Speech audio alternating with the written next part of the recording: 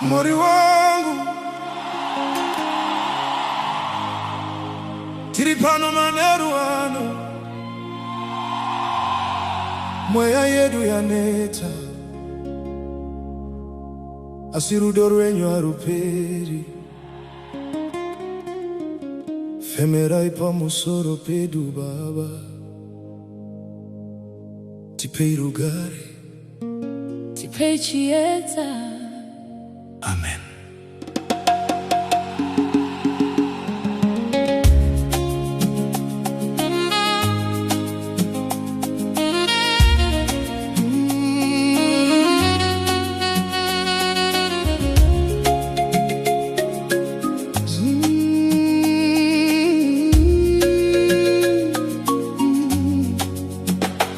Zuva rodoka denga rochinja ruvara,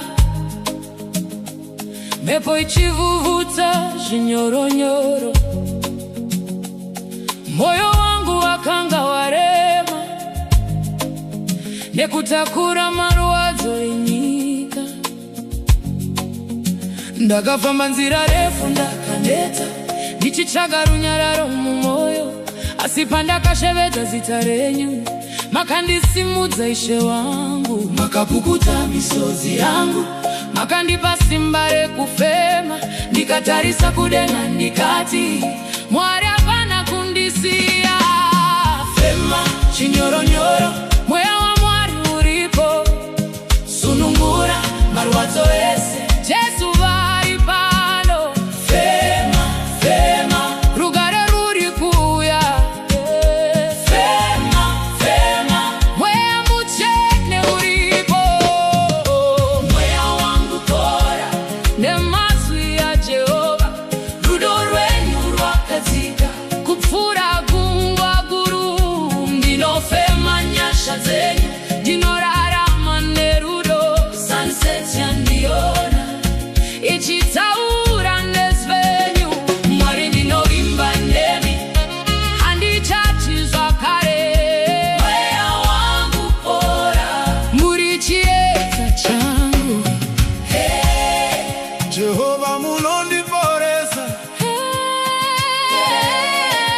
mweya wangu unofara. Breathe in, Nyasha za Mwari, breathe out. Kucha kwese, breathe in. Rugare rwedenga, breathe out. kurwadziwa pane nguva yandakarasika, ndichichema ndiri ndega.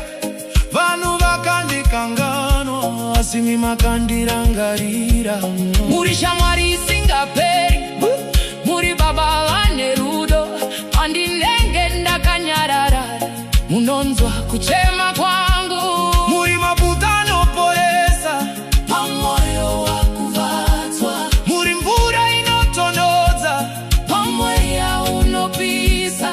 Saka nhasi ndasimudza maoko ndichikupai mbiri, nekuti makaita nzira pakanga pasina nzira. Fema chinyoronyoro, mweya wa Mwari uripo. Sunungura marwadzo ese, Jesu vari pano. Fema, fema, rugare ruri kuya. Fema, fema, mweya mutsvene uripo. Mweya wangu pora nemazwi ya Jehova, rudo rwenyu rwakadzika kupfuura gungwa guru. Ndinofema nyasha dzenyu, ndinorarama nerudo. Sunset yandiona ichitaura nezvenyu. Mwari ndinovimba nemi, handichachizwa kare. Mweya wangu pora, muri chiedza changu. kana upenyu wanyanya kurema, usamanye nkuba kuna Mwari. Garai pasi femai zvinyoronyoro, Mwari wachiri kutaura, kuburikidza nemhepo, kuburikidza nekunyarara, kuburikidza nezuva riri kunyura. Munhu wese aneta, asi mweya wa Mwari unopa zororo. isa ruoko pamoyo wako, Uti ndiri mwana wa Mwari handisi ndega rudo rwa Jesu ruri neni.